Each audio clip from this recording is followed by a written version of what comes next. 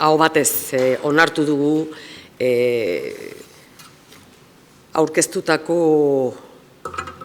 adierazpen instituzionala berezia eta ez dut ahaztu nahi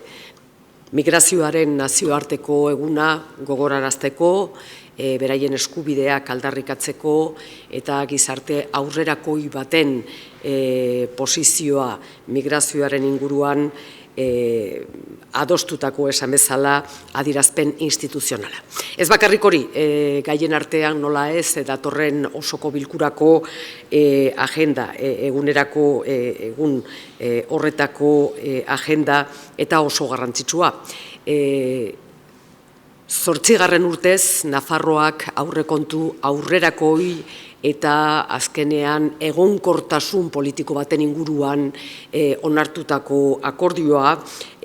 Nafarroako kontuen inguruan. Gure ustez, ziklo aldaketa bat nolabai egonkortzen da, benetan garrantzitsua esan bezala egun gizarteak dauzkan erronkei aurre egiteko eta zentzu horretan geroa baik agurtu nahi du eta zoriondu aktuazio politikoak eta aktibitate politikoak halako emaitzak dituenean gizarteari eman beharreko edo eman behar dizkiogun erantzunak kasu honetan ongi gauzatzen direnean. Egia da, egunotan iskanbila politikoak badaukala oso protagonismo handia sakona estatu mailan, baina egia da baita ere halako plenoak ikusten ditugunean aldarrikatu nahi dugula politikaren ekintza, politikaren aktuazioa, politikaren izen ona. Señalaba que quiero empezar por recordar que la Junta de Portavoces del Parlamento de Navarra ha aprobado esta mañana por unanimidad, así debe ser, una declaración institucional presentada por varios grupos, pero apoyada por el conjunto de la Cámara Navarra, una declaración institucional en torno al Día Internacional de la Migración. Es importante no olvidar y no dejar de tener en el horizonte algunos de los retos que compartimos el conjunto de las sociedades en el ámbito europeo, especialmente en el que nos sentimos especialmente concernidos, especialmente obligados a recordar la realidad de la migración en el mundo. No solo esto, hemos aprobado la agenda para esta semana, que en el ámbito de la acción legislativa tiene punto de inflexión el próximo jueves en un pleno en el que aprobaremos los presupuestos para el año 2023 y las cuentas fiscales que los acompañan. Y quiero detenerme aquí. Son los 8º presupuestos progresistas, el 8º año en el que la estabilidad política da respuesta a una de las leyes esenciales para acometer la acción, en este caso en el año 2023, como son sus cuentas generales, sus presupuestos para el año 2023, y en este sentido quiero poner en valor, frente al ruido político que estamos escuchando en diferentes instituciones en el conjunto del Estado, existe también la acción política de la estabilidad, la acción política del acuerdo y del diálogo que se centran en estos momentos y que se ejemplifica y escenifica en el caso de Navarra con los presupuestos para el próximo año, 8º, insisto, después de un periodo anterior de inestabilidad en torno a las cuentas de Navarra, 8º presupuestos progresistas, y en este sentido mostrar la satisfacción de Geroa Bai, protagonista también indiscutible junto con el resto de grupos de esta realidad, la satisfacción de cuando la política sí responde claramente, además, a las necesidades de la sociedad, haciendo suyos los compromisos, el trabajo de diálogo, el trabajo de llegar a acuerdos para cumplir con un cometido básico, pero esencial también, y por descontado las preguntas que puedan tener a bien hacer. ¿Sí puede hacer una valoración del informe de Contos? Sí.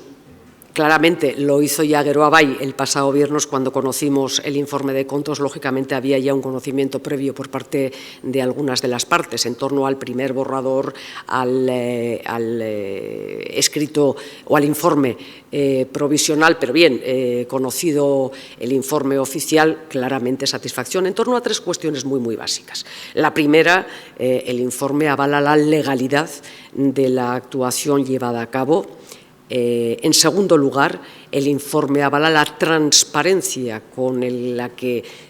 Sodena en este caso, pero en definitiva la actuación de la Administración, que es lo que nos compete en este caso analizar, la transparencia con la que se trabajó en aquel momento contextualiza claramente la urgencia y la manera en la que la Administración, Departamento de Desarrollo Económico y Sodena se implicaron en una necesidad cierta en aquel momento. Es cierto, y yo no lo rehúyo, que el informe advierte de debilidades formales en la cuestión, pero insisto que en el grueso. Y por último,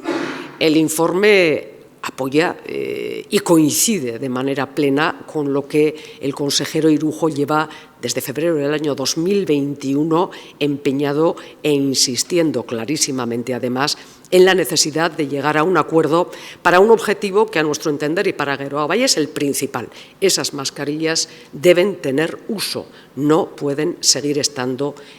metidas en un almacén. Deben tener uso cuando todavía son necesarias, no en la urgencia de aquel momento, pero deben tener un uso cierto y, por lo tanto, el resolver esta cuestión de una manera acordada a tres partes, en esto coincide plenamente el informe de Comptos, por supuesto, de manera acordada, insisto, no solo a tres, sino acordada, advierte de la inutilidad de llegar a otro tipo de escenarios en esta cuestión y, sobre todo, insisto en la necesidad de que podamos ver resuelta esa vida o la vida de esas mascarillas cuanto antes posible. ¿Se entiende menos entonces el cese de la gerente de Sodena? El cese de la gerente de Sodena será un asunto que el próximo miércoles, mañana, luego no estamos, pasado mañana, no estamos fiándolo a largo,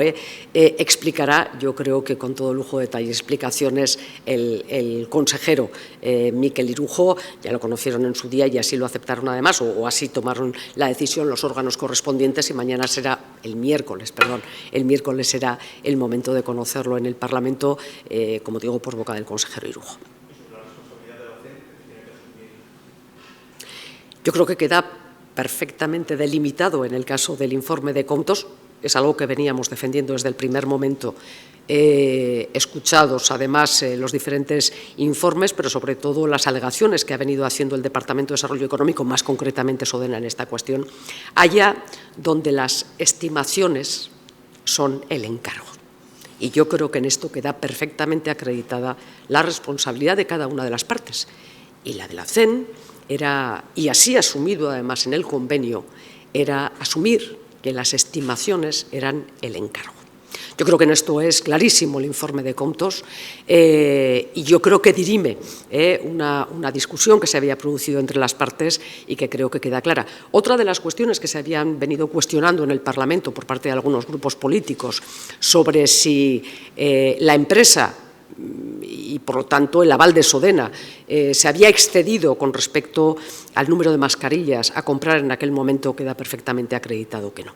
Y quiero recordar que Comptos ha hecho una contabilidad exhaustiva de todas las mascarillas. Por lo tanto, quedan, como digo, dirimidas cuestiones bien importantes con respecto a la CEN, lo que le acabo de señalar. Esto, a mi entender, bueno, en fin, a mi entender, al entender de cualquiera que quiera leerlo, es definitivo, en cuanto a la responsabilidad de cada una de las partes y luego ese ajuste, claro, que queda perfectamente acreditado de cómo las compras que se llevaron a cabo son las que corresponden exactamente a las estimaciones y, por lo tanto, encargos, y nunca por encima de lo que en aquel momento se estimó y, por lo tanto, encargó, por debajo incluso.